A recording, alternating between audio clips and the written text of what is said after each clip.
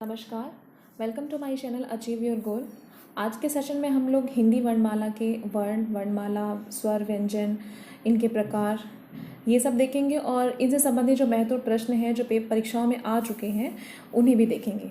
अब ये जो है आपकी महत्व अगर देखा जाए तो रेलवे हो गया या बीएड एंट्रेंस जो एग्ज़ाम होते हैं, बैंक परीक्षा हो गई, सब इंस्पेक्टर परीक्षा है या अध्यापक भर्ती परीक्षा है, नेट जेआरएफ है, इन सभी परीक्षाओं में से प्रश्न बने हैं और उन प्रश्नों को भी हम सेशन के एंड में देखेंगे। ठीक है। और अगर आप लोग एक बार ध्यान से सुन लेंगे तो आपको बार बार रट्टा मारने की, याद करने की, देखने की ज़रूरत नहीं पड़ेगी। सिर्फ ध्यान से सुनिएगा।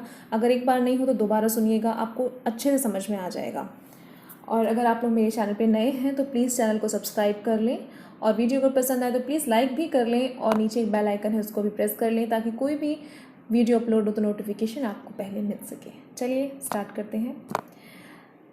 वर्णमाला। तो वर्णमाला में हम वर्ण देखते हैं। वर्ण क्या है? भाषा की सबसे छोटी इकाई ध्वनि है। ठीक है, भाषा की सबसे छोटी इकाई ध्वनि है और इसी ध्वनि को क्या कहते हैं? वर्ण कहते हैं। ठीक है। और वर्णमाला क्या है? अब इसी वर्णों को जब हम व्यवस्थित रूप से लिख देते हैं तो उसे वर्णमाला कहते हैं। एग्जाम्पल ले लेते हैं। मान लीजिए लिखा है काम। क्या लिखा है? काम। अगर मैं काम में देखूं तो 2 अक्षर हैं, का और मा। लेकिन अगर मैं वर्ण देखूं तो 4 हैं। आप कहेंगे कैसे 4 वर्ण हैं? देखिए, काम में 4 वर्ण हैं। 4 वर्ण कैसे हैं?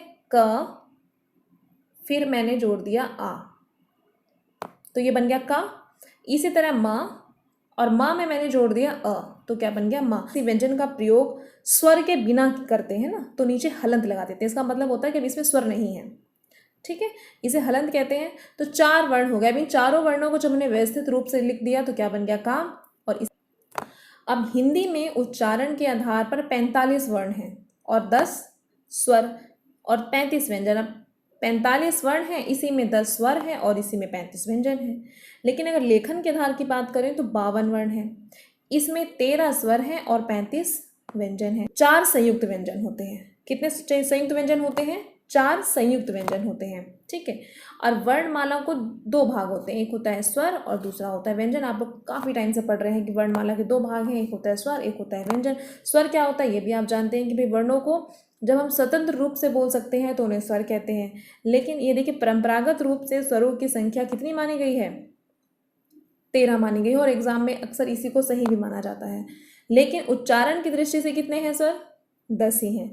ठीक। उच्चारण के आधार पर अगर बात करें तो आ ई उ ए ओ औ, इसमें 3 चीज छोड़ी गई हैं। क्या? अंग, अ और री। और जब अंग, अ और री को भी जोड़ लेंगे तो ये लेखन के आधार पर हो जाएगा। ठीक। उच्चारण के आधार पर जब अंग, अ और री को हटा देंगे तो उच्चारण के आधार पे, और जब इन 3 को जोड़ लेंगे तो लेखन के आधार पे हो जाएंगे। ठीक है।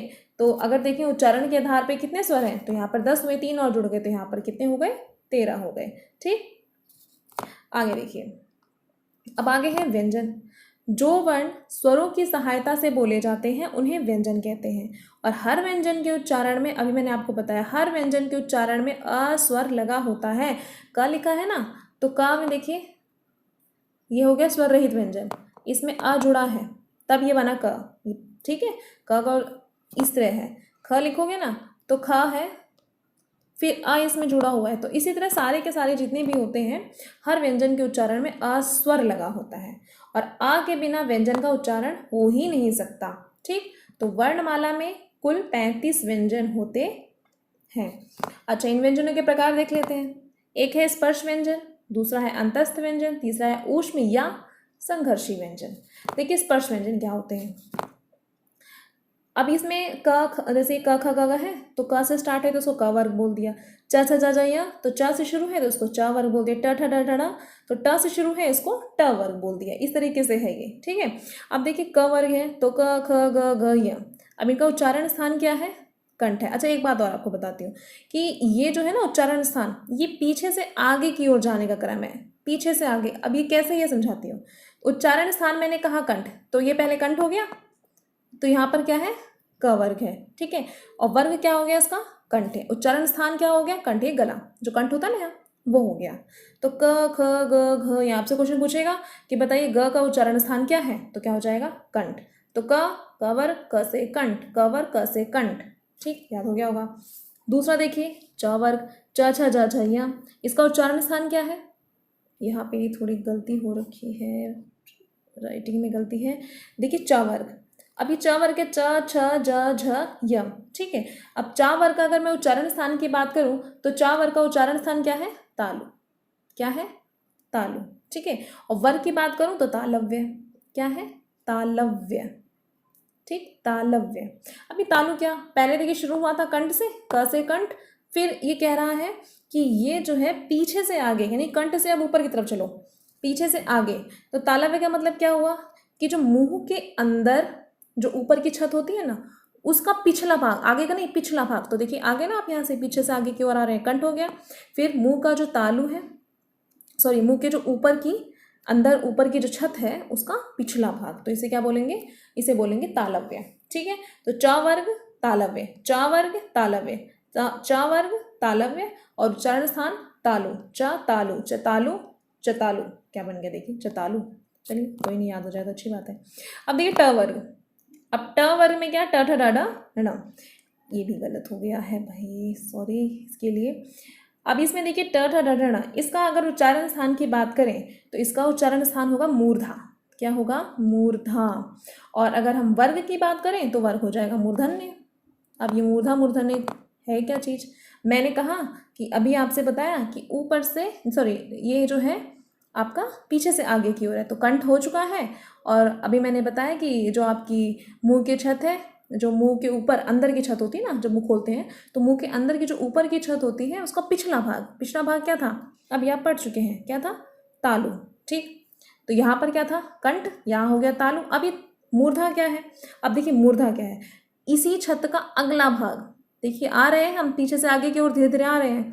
पिछला भाग तो क्या हो गया? पिछला भाग हो गया आपका तालव्य, और आगे का भाग क्या हो गया? मूर्धा, मूर्धा, ठीक है। आगे का भाग टमूर्धा, टमूर्धा, ठीक है, याद हो गया? हो गया। चतालव उसका तो आपने कर ही लिया था ना, चा चा गया, चतालु चतालु चतालु, टमूर्धा टमूर्धा, ठीक है, ट मूर्धा, चतालु, ठीक है। च वर्ग तो उच्चारण स्थान तालु हो गया, ठीक। तो ये भी समझ में आ गया आपको। नेक्स्ट देखिए, नेक्स्ट है फिर त वर्ग, ये इसमें नहीं है। त वर्ग देखिए, त थ द ध न। अब इसका उच्चारण स्थान क्या है? ये ठीक लिखा है। तो त थ द ध न, उच्चारण स्थान क्या है? द। हम कहाँ से आए थे? हमने शुरू किया था कंठ से, कंठ से हम गए तालु पे, तालु से हम गए मूर्धा पे, अब मूर्धा से और आगे चले गए तो हमें मिल गए दांत। तो ये त थ द ध न, इनका उच्चारण स्थान दांत है, और वर्ग की बात करें तो इनका दंत है। चलिए त थ द न हो गया, फिर प फ ब भ म, तो प फ ब म है तो प वर्ग हो गया। अब इनका उच्चारण स्थान क्या? दांत से आगे, आगे तो मिल गया हमें ओठ, ओठ, तो प फ ब भ म, इनका उच्चारण स्थान हो गया ओठ, और वर्ग हो गया ओष्ठ। समझ गए? पीछे से आगे की ओर। अब इतना तो आपको याद ही होगा हिंदी वर्णमाला ना, ख घ या होता है। फिर ऊपर गए तो यहाँ पे च छ ज ज न, फिर ट ठ ड ढ ण, फिर त थ द ध न, फिर यहाँ पर प फ ब भ म। तो हमने नीचे शुरू किया था, यहाँ पे क्या था? क कंठ, च तालु, ट मूर्धा, द त थ द ध ट ठ ण, फिर त दांत, और प ओष्ठ, ठीक है। ओठ, आपके जो ओठ होते हैं, ओष्ठ भी बोलते हैं, ओठ। क्लियर हो गया इतना? चलिए अब आगे बात करते हैं। आगे है, अब ये देखिए स्पर्श व्यंजन। अब ये स्पर्श व्यंजन जो होते हैं इनको भी दो भागों में बांटा गया है। ये पूरा स्पर्श व्यंजन जो ऊपर मैंने आपको समझाया, ये समझ में आ गया? अब देखिए इसको भी फिर दो भागों में बांट देते हैं। क्या? एक घोषत्व के आधार पे और एक प्राणत्व के आधार पे, दोनों जुड़ा इकट्ठे है। प्राणत्व, एक घोषत्व के आधार पर और दूसरा प्राणत्व के आधार पर, ठीक है। स्पर्श व्यंजन घोषत्व के आधार पे, प्राणत्व के आधार पे। अब ये घोषत्व क्या? अब इसमें भी दो भाग, घोषत्व में दो, एक अघोष और एक सघोष या घोष। देखिए अघोष क्या होता है? जब हम जिन ध्वनियों के उच्चारण में स्वर तंत्रियों में कंपन ना हो, अघोष, घोष ना करे, अघोष। स्वर तंत्रियां जो हैं, जो आपकी स्वर तंत्रियां हैं, उनमें कंपन ना हो, कंपन ना हो, अघोष, ना करे कंपन, घोष में करे कंपन, ठीक। तो उन्हें क्या कहते हैं? अघोष कहते हैं। अब इसमें जो पेपर में आता है, जो हमें पेपर से रिलेटेड फैक्ट याद रखना है, वो क्या है? अघोष। अगर ये याद नहीं रहता तो ये याद है, इसमें घोष नहीं है तो आप पहचान लेंगे, नहीं तो ये बेस्ट तरीका है। अघोष में क्या? हर वर्ग का पहला, ठीक, और दूसरा व्यंजन, जैसे जैसे सुनो, जैसे मैंने बोला क ख ग घ या तो पहला दूसरा, च छ ज झ न तो च छ पहला दूसरा। तो हर वर्ग का पहला और दूसरा व्यंजन क्या होता है? अघोष। लेकिन सघोष की बात करें तो हर वर्ग का तीसरा, चौथा, पांचवा, ठीक, तीसरा, चौथा, पांचवा, तीसरा, चौथा और पांचवा। क ख को छोड़िए, फिर क्या जाए ग घ या, तो तीसरा, चौथा, पांचवा। अघोष में क्या, ये बस नंबरिंग याद रखिएगा, अघोष पहले फिर घोष बाद में। तो अघोष में क्या, हर वर्ग का पहला दूसरा, और सघोष या घोष में तीसरा, चौथा, पांचवा। अघोष में पहला दूसरा, अघोष पहले याद रखिएगा, ठीक है। नेक्स्ट है प्राणत्व के आधार पर। अब देखिए प्राणत्व के आधार पर, अभी हमें जो प्राण है ना, इसका मतलब होता है हवा। प्राण का मतलब क्या होता है? हवा, ठीक। अब समझ जाएंगे अल्प प्राण और महाप्राण। तो अल्प प्राण में क्या, जब हम जिस व्यंजन का उच्चारण करें तो हमारे मुख से, हमारे मुंह से जो है कम हवा निकले, तो उसे हम कहेंगे अल्प प्राण, ठीक है। और महाप्राण क्या, जब अपोजिट हो जाएगा, जाहिर सी बात है कि वहाँ पे कम हवा निकले और यहाँ पे जब ज़्यादा हवा निकले, तो उसे क्या बोलेंगे? महाप्राण। अब इसमें क्या, अल्प प्राण में पहला, तीसरा और पांचवा, याद रखिए अल्प प्राण में पहला, तीसरा और पांचवा। महाप्राण कुछ अच्छा सा लग रहा है, महाप्राण तो सम संख्या आ जाएंगे, दूसरा, चौथा, पांच ही होते हैं उसमें, तो सम संख्या महाप्राण में सम नंबर वाला, और अल्प प्राण में 1, 3, 5 जो छूट जाए तो वो अल्प प्राण। एक दोनों में से एक याद करेंगे ना, दूसरा अपने आप हो जाएगा। महाप्राण का कर लेते हैं, आसान सा है, तो महाप्राण में हम सम ले लेते हैं, दूसरा और चौथा, तो उसमें अल्प प्राण में 1, 3, 5 अपने आप ही हो जाएगा, ठीक है। मीनिंग भी समझ चुके हैं, अगर ये याद नहीं रहता तो मीनिंग से कर लेंगे, ठीक है। अगर जिसको ट्रिक समझनी है वो ट्रिक से याद करे, जिसको मीनिंग से करना है वो मीनिंग से याद करे। इसके बाद है अंतस्थ व्यंजन। इसमें य अलावा आता है, कई बार पूछा गया पेपर में, य अलावा अंतस्थ व्यंजन है। य और व को अर्ध स्वर भी कहा जाता है, ठीक है। नेक्स्ट देखिए, फिर है ऊष्म व्यंजन। अब इसमें ऊष्मा मतलब श साउंड होती है, श, खट्टे च, स, ह, ये तीनों चारों ऊष्म व्यंजन है, ये भी याद रखिएगा। संयुक्त व्यंजन बहुत पूछे जाते हैं, बहुत इंपॉर्टेंट है, कई बार पेपर में आए हुए हैं ये। संयुक्त व्यंजन है तो किन दो को जोड़ के बना है, तो आप देखिए क, अब मैंने क और श, ठीक है, ज्ञ, ज और य, त्र, त और र, छ, ये दोबारा रिपीट हो गया, श्र, श और र, ये इंपॉर्टेंट है, ये आता है, ठीक है, इसे जरूर देखिएगा। अब आता है बात हर्ष स्वर की। अब ये स्वरों के प्रकार हो गए। हर्ष स्वर क्या, बोलने में एक मात्रा का समय लगे, मतलब कम समय लगे। दीर्घ स्वर में 2 मात्रा का समय लगे, प्लुप्त स्वर में बहुत समय लगे। कैसे बताती हूँ, हर्ष स्वर अ, ई, उ, दीर्घ स्वर आ, ई, उ, ए, ओ, औ, ठीक है, 2 मात्रा का समय लग रहा है ना। और प्लुप्त स्वर में क्या होता है, इसमें इससे भी ज़्यादा टाइम लगता है। जैसे अगर मैं लिखना चाहूँ तो मैं लिखती हूँ राम, तो ये आपने साइन देखा होगा, इसका मतलब है कि मैं बहुत लंबा खींची राम, तो ये प्लुप्त स्वर हो गया, ठीक। अब हम देख लेते हैं जो परीक्षा में प्रश्न आए हुए हैं, और अब आप शायद गलती ना करें। चलिए चेक करते हैं कि आपने समझ में आया कि नहीं आया, अपने आप को एक बार चेक करिए। चलिए देखते हैं। पहला प्रश्न है, भाषा की सबसे छोटी इकाई। तो मैंने स्टार्टिंग में बताया भाषा की सबसे छोटी इकाई क्या है, अभी मैंने आपको स्टार्टिंग में बताया था, लेकिन यहाँ पे वो ऑप्शन नहीं है, तो यहाँ पर आंसर हो जाएगा वर्ण, ठीक है, क्या हो जाएगा, वर्ण। नेक्स्ट है, ये सब पेपर में आए हुए क्वेश्चन है। निम्न में कंठ ध्वनियाँ कौन सी हैं, कंठ ध्वनियाँ कौन सी हैं, बहुत आसान है आपके लिए, क वर्ग वाली, तो क ख कंठ ध्वनियाँ हो जाएंगी। इसके बाद है अल्प प्राण कौन से हैं, अल्प प्राण देखिए, महाप्राण का मैंने कहा था ना कि महाप्राण का ऐसे कर लो कि सम नंबर वाला, दूसरा, चौथा, ठीक है, तो वो क्या हो जाएगा, महाप्राण। तो अल्प प्राण उसका उल्टा है, अल्प प्राण में कौन कौन से आएंगे, एक, पहला, तीसरा और पांचवा, पहला, तीसरा, पांचवा वर्ग का आएगा, ठीक है। तो अब थर्ड का आंसर क्या हो जाएगा बताइए। तो हमारा थर्ड का देखिए, यहाँ पर तो कहीं भी सिर्फ इसमें दिख रहा है पहला और तीसरा, क ख को छोड़ के ग है, क वर्ग का है ये, ठीक है। नेक्स्ट देखिए, हिंदी वर्णमाला में अयोगवाह वर्ण कौन से हैं, अयोगवाह यही होते हैं, अंग, अ, इन्हें अयोगवाह कहा जाता है। अब देखिए क्वेश्चन हुआ गया, श ध्वनि किसके अंतर्गत आती है, तो बताइए श ध्वनि किसके अंतर्गत आती है, तो श ध्वनि, क्योंकि इसमें 2 वर्ण हैं, ठीक है, ठीक। नेक्स्ट देखिए, हिंदी शब्दकोश में श बहुत इंपॉर्टेंट है, पेपर में 2-3 बार आ चुका है कि हिंदी शब्दकोश में श का क्रम किस वर्ण के बाद आता है, किस वर्ण के बाद आता है छ का क्रम। इसको कई बार लोग गलत कर देते हैं, और इसका आंसर हो जाएगा छ का क्रम किस वर्ण के बाद आता है, तो आपका राइट आंसर हो जाएगा इसमें क के बाद आता है, ठीक है ना। पहचानिए, जिन ध्वनियों के उच्चारण में स्वतंत्रियों में कंपन ना हो, तो ऐसा कौन सा है, अ, ज, ह, स है केवल, तो इसका आंसर स हो जाएगा, ठीक है। नेक्स्ट देखिए, घ का उच्चारण स्थान कौन सा है? तो क ख घ, घ किस में आ रहा है? कंठ में, तो इसका उच्चारण स्थान क्या हो जाएगा? कंठ हो जाएगा। नेक्स्ट है, इनमें संयुक्त व्यंजन कौन सा है? अभी आपको बताया था। तो इसमें संयुक्त व्यंजन कौन सा हो जाएगा? इसमें से तो हाँ ये रहा, ज्ञ। संयुक्त व्यंजन कौन सा हो जाएगा? ज्ञ। ठीक है, छात्रा, ज्ञ। नेक्स्ट है, निम्नलिखित में से कौन सा वर्ण उच्चारण की दृष्टि से दंत्य नहीं है? अब दांत आता है तो दांत में पीछे ता है तो वो त वर्ग का, ऐसे याद कर लो।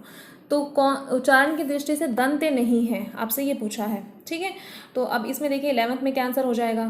त, थ, द, ध, न तो होता है भाई, कौन सा नहीं होता? तो ट नहीं होता, तो इसका आंसर हो जाएगा नहीं। पूछा, ये नहीं को ज़रूर याद रखा करो, नहीं बोला है, कौन सा नहीं? कई बार खुशी में ये फर्स्ट मार दो ना, पढ़ो पहले, नहीं है तो ट नहीं है। ठीक है, नेक्स्ट, श वर्ण किसके योग से बना है? ऐसे क्वेश्चंस बहुत आते हैं परीक्षाओं में।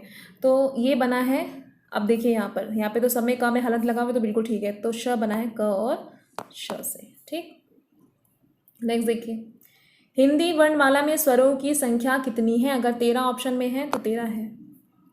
नेक्स्ट, हिंदी वर्णमाला में व्यंजनों की संख्या कितनी है? देखिए मैंने अभी बताया था ना, यहाँ पर 35, यहाँ पे नहीं है, तो यहाँ पे आपका आंसर क्या हो जाएगा? 33। ठीक, नेक्स्ट है, निम्नलिखित में से कौन अयोगवाह है? अब आपको बताना है कि इसमें से कौन अयोगवाह है। तो देखिए अयोगवाह कौन है? संयुक्त व्यंजन अयोगवाह होते हैं, संयुक्त व्यंजन अयोगवाह है। ठीक है, इसके बाद है य, र, ल, व किस वर्ग के अंतर्गत आते हैं? देखिए अभी 4 मैंने आपको बताए थे, और ये किसके अंदर आते हैं? आया वो क्वेश्चन है, अंतस्थ के अंदर आते हैं। ठीक है, ध्यान से अगर आपने ऊपर सारा डिटेल सुना होगा तो आपको अच्छे से सब कुछ समझ में आ रहा होगा और सारे आंसर आप ठीक कर रहे होंगे। नहीं सुना दोबारा सुन लीजिएगा, कोई बात नहीं। भाषा निर्माण की इकाइयों का सही अनुक्रम क्या है? बहुत इंपॉर्टेंट है, जिसका ऑप्शन नहीं है और जो है वो सही है।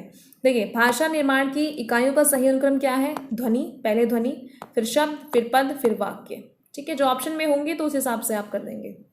फिर है, अनुनासिक का संबंध किससे होता है? बड़ा अच्छा क्वेश्चन है, लोग नाक लगा देते हैं पर गलत है, नाक और मुंह दोनों से है। इसका राइट आंसर हो जाएगा अनुनासिक का संबंध नाक और मुंह दोनों से है। तो हाँ जी, खत्म। यहाँ पर क्वेश्चन हमारे खत्म होते हैं। आई होप आप लोगों को बहुत मजा आया होगा, बहुत अच्छा लगा होगा, और आपको व्यंजन और स्वर की क्लास, स्वर और व्यंजन की क्लास में शायद अब आप कभी नहीं भूलेंगे, और भूलेंगे तो दोबारा पढ़ लीजिएगा, फिर तो कभी नहीं भूलेंगे। अगर आपको वीडियो पसंद आई तो प्लीज़ लाइक करिएगा और शेयर करिएगा, और सब्सक्राइब नहीं किया तो प्लीज़ यार सब्सक्राइब कर दो।